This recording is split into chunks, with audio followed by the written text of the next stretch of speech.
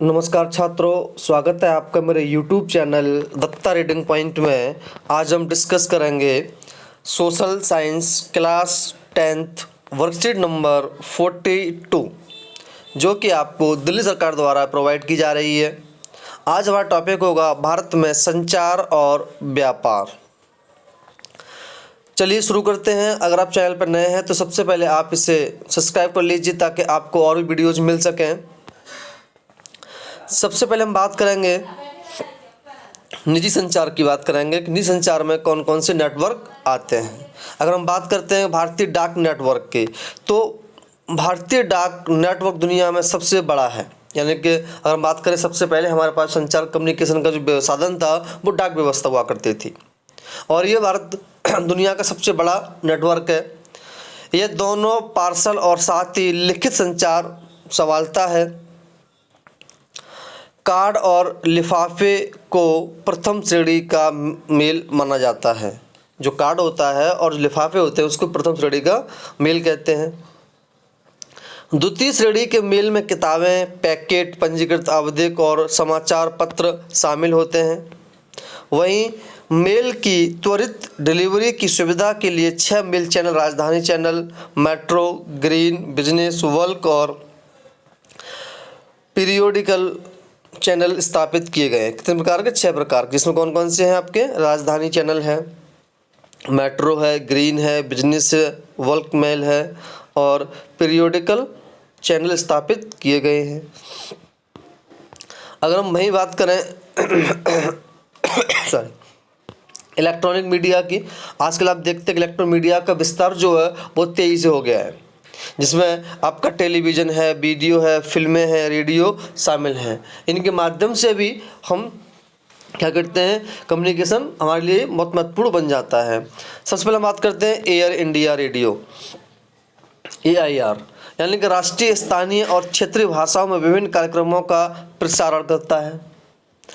वहीं आता है आपका दूरदर्शन, भारत का राष्ट्रीय टेलीविज़न चैनल, दुनिया के सबसे बड़े स्थानीय नेटवर्कों में से एक है। कौन सा? दूरदर्शन। जो पहले आता था उस पर आपकी न्यूज़ वगैरह सब दिखाई जाती थी। भारत में दुनिया में फीचर फिल्मों के सबसे बड़े उत्पादकों में से एक है। एक लघु फिल्मों, वीडियो फीचर फिल्मों और वीडियो लघु फिल्मों का निर्माण करता है। फिल्मों के माध्यम से भी हमें कुछ ना कुछ दिखाया जाता रहा है। वहीं central board of film certification, भारतीय और विदेशी दोनों फिल्मों को प्रमोट करने का अधिकार किसको प्राप्त है? ये प्राप्त अधिकार प्राप्त है, यह है central board of film certification को ये अधिकार दिया गया है। अगर हम भाई बात करते हैं भारतीय दूरसंचार नेटवर्क की, तो पहले STD द्वारा पहले से ही 2/3 से अधिक गाँवों को कवर किया गया है। यानी कि एक समय तक हमारे पास स्टार्टिंग में STD, जैसे डाक मेल के बाद STD आया जिससे हम फ़ोन कर सकते थे, और देश के प्रत्येक गांव में 24 घंटे STD सुविधा का विस्तार करने का विशेष प्रावधान किया गया। पूरे भारत में STD सुविधा की दर समान सुनिश्चित कर दी गई। कब? एक समय।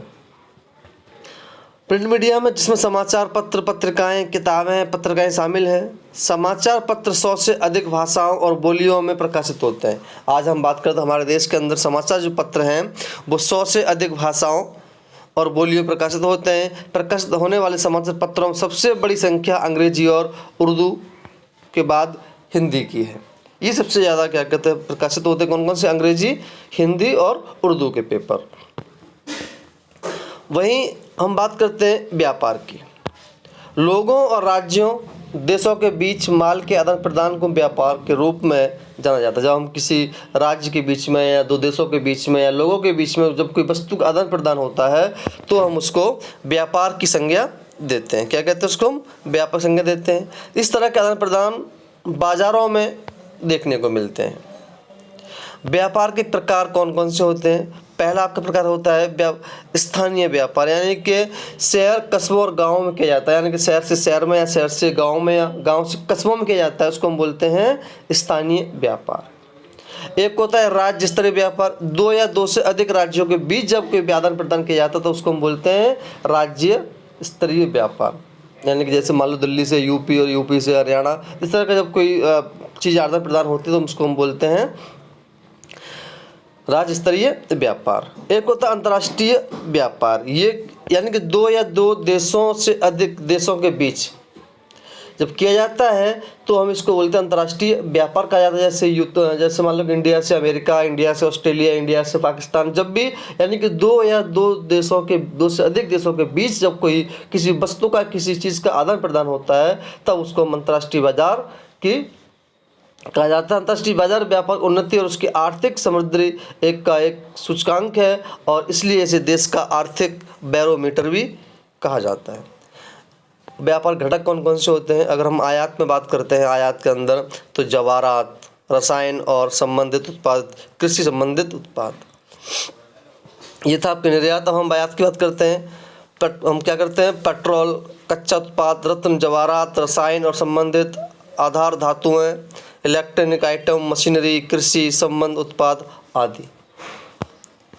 व्यापार का संतुलन, किसी देश का व्यापार संतुलन उसके निर्यात और आयात के बीच अंतर स्पष्ट करता है। अनुकूल संतुलन, जब निर्यात का मूल्य आयात के मूल्य से ज़्यादा हो। प्रतिकूल मूल्य संतुलन, जब आयात का मूल्य निर्यात का मूल्य से ज़्यादा हो। भारत और अंतर्राष्ट्रीय स्तर पर सॉफ्टवेयर दिग्गज के रूप में उभरा है और सूचनाओं के निर्यात के माध्यम से भारी विदेशी मुद्रा भी अर्जित कर रहा है। आज हम देख रहे हैं कि हमारे पास बहुत सारी भारी मुद्रा भी अर्जित हो रही है। वहीं भारत में पर्यटन, भारत में पर्यटन पिछले 3 दशकों से काफ़ी बढ़ा है और लाखों लोग पर्यटन उद्योग में लगे हुए हैं। पर्यटन राष्ट्रीय एकीकरण को बढ़ावा देता है, स्थानीय हस्तशिल्प और सांस्कृतिक गतिविधियों का समर्थन भी करता है।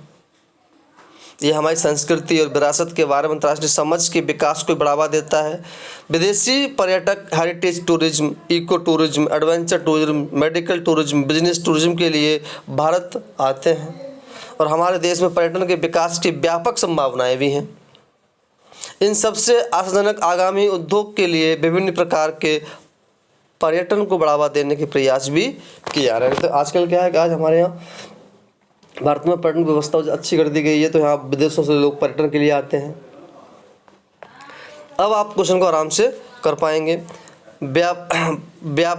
विभिन्न प्रकार के व्यापार कौन कौन से हैं, उनमें किसको देश का आर्थिक बैरोमीटर कहा जाता है, तो आप इसको आराम से कर सकते हैं।